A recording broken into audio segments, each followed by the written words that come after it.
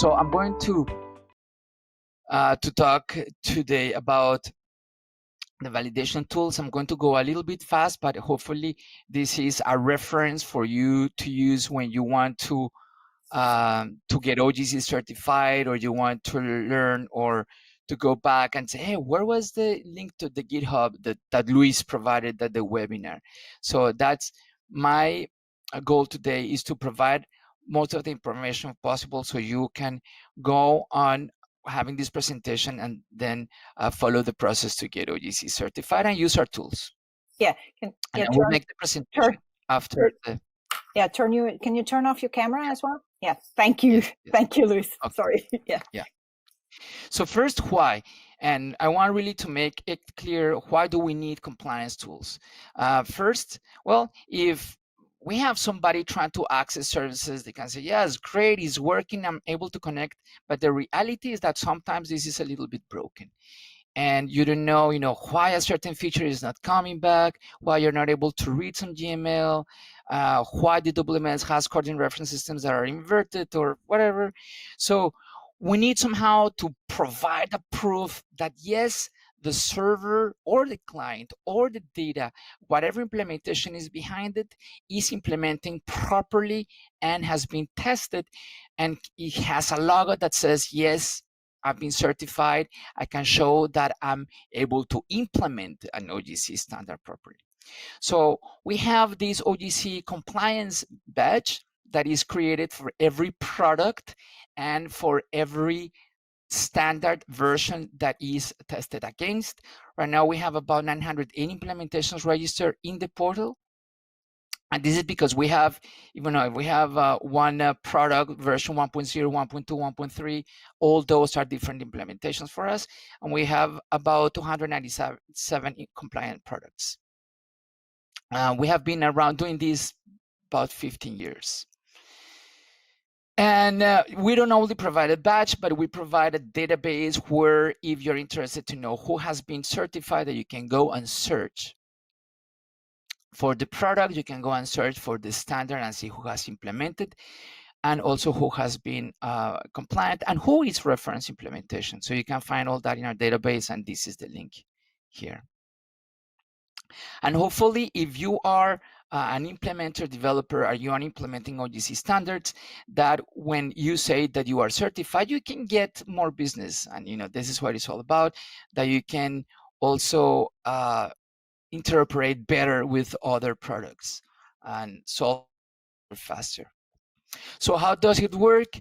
One, you go to the OGC testing facility, what I will talk a little bit later. Then you apply online, you pay the license fees, you product in the database, and then you can use the certified logo. So it's really very simple.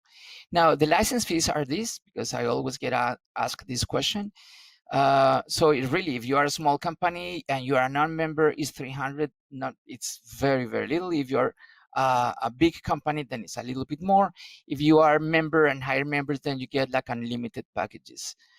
If you're a reference implementation, which is you make your software available for anybody to test on the web for free, then we'll say thank you very much, and we'll waive the fee, because we are working towards a greatest good together and we like it.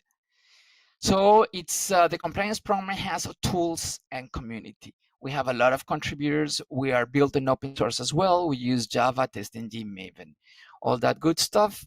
We have a public forum that we used a lot, but currently the discussions happen more at the GitHub issues place. So for particular tests, we see a lot of discussions, and for Team Engine as well. And we have in the past collaborated with some European projects, like for example, Epsilon Italy, that were in charge some years ago. I don't know if they are still in creating some GML tests. So we collaborated to be able to use OGC test and Team Engine in their environment. So the CITE team, Dirk Stinger and Latlang, they are in charge of the compliance tool. They are the managers. And we have test leads. So for every standard, we want to have a lead. We don't have a lead for all of them, but we have for most of them. And if you want to know more about who's contributing, you can go there. But we do two major releases every year, and we do beta releases every month. Now, how to test? If you go to this is the official site. You will see like this welcome page, talks about the benefits and links to the GitHub, to the forum, process of how to get certified, test how do we do the testing, links to the OGC implementation database. So this is a good starting point. And you will see the tests that we have currently available. So you see the versions of the standards and also the versions of the revision of the test that is being available. Everything is in GitHub. So this is the GitHub for Team Engine, which is the tool. And this is the GitHub link to the information about how to use Team Engine, which I'm going to talk a little bit about it. So there are different ways that you can run it. You can run it in the production website. There's also a beta website. You can use it via the REST API. You can download and install it locally. You can run it via Docker, or you can download only the test and run it via TestNG. This is good for developers if you want to do continuous integration with your software, that you download TestNG, you put some checkpoints, and then you can interact with your software. This has been very convenient. So that's really the good thing about using the OGC validator, that has all these different options that you can run it. So how do you run it? You log in. It's very simple. You just register, log in. Then it will tell you if you want to create a new session, or you can see previous sessions, which will show the when you run it and description. You can delete the session, and you can click and see the results. If you want to start a session, then it will pop you to select a standard. And we have here organization because there are some, this is open source, so we allow everybody to download it, and anybody that is interested, and just have different organizations. So the model is, you can have different organizations. For each organization, you can have different standards. So you pick the standard, and then it will pop you to provide some input to run the test, like the endpoint, right? The capabilities URL. And then you get the results. The results summarize the test name, what the time, the input that was used, the results.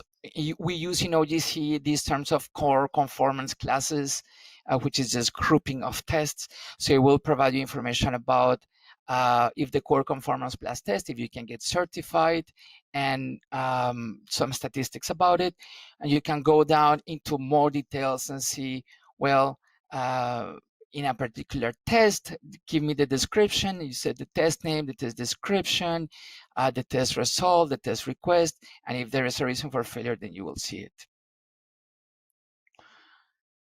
There is also this wiki that allows, if you're interested in developing the tests, it will tell you how to do it.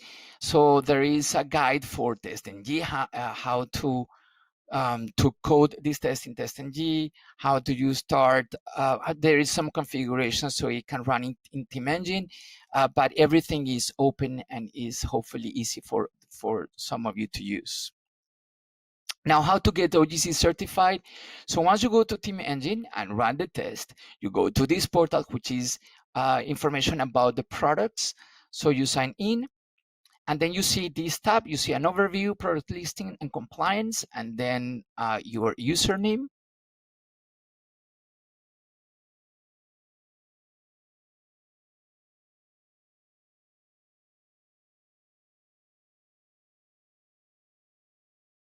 When you go to Team Engine and test, and then you can link to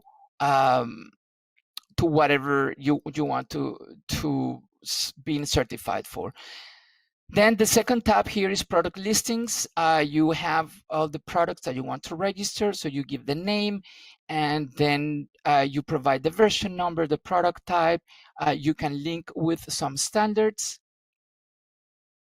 And then you click on the compliance tab, and this is where you say, this is my product. You pick the Team Engine session, which then tell us which product you want to be certified against. You provide information about your company. You need to review the certification mark license agreement, and then you save or you submit.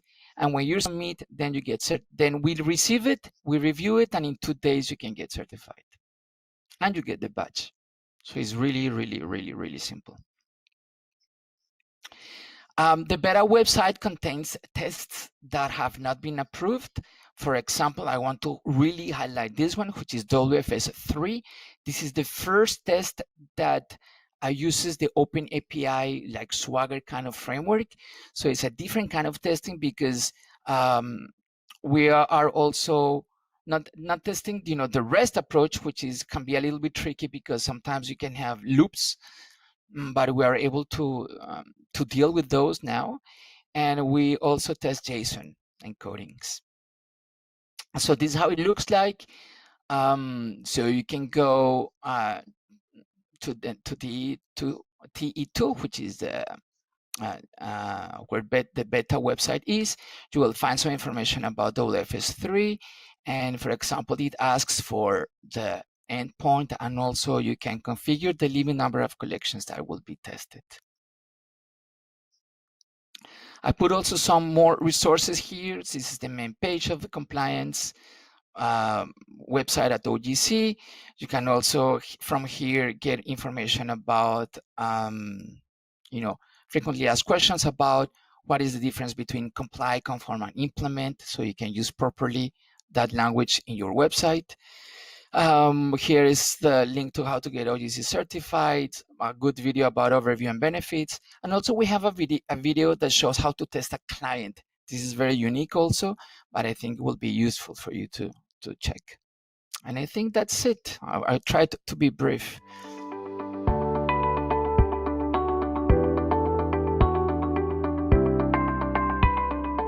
So no, if you want to get OGC certified, the license is to use the logo, the permission to use the logo. We are, I think, the only standards organization in the world that makes this test an environment for free. Other standards organizations charge, I mean, $50,000 is the minimum. We make this because we think it's important. Interoperability is important for the world. We want to the program is not giving really, it's not a lot of revenue for OGC. It's just there to keep the developers, to have a tool for developers. Yeah, we need to charge some license fee to keep it, at the minimum level, but anybody can download it and can do their own internal testing. But if you want the logo and put it on your website, on t-shirts, wherever, saying that you're OGC certified, then you need to pay the license fee.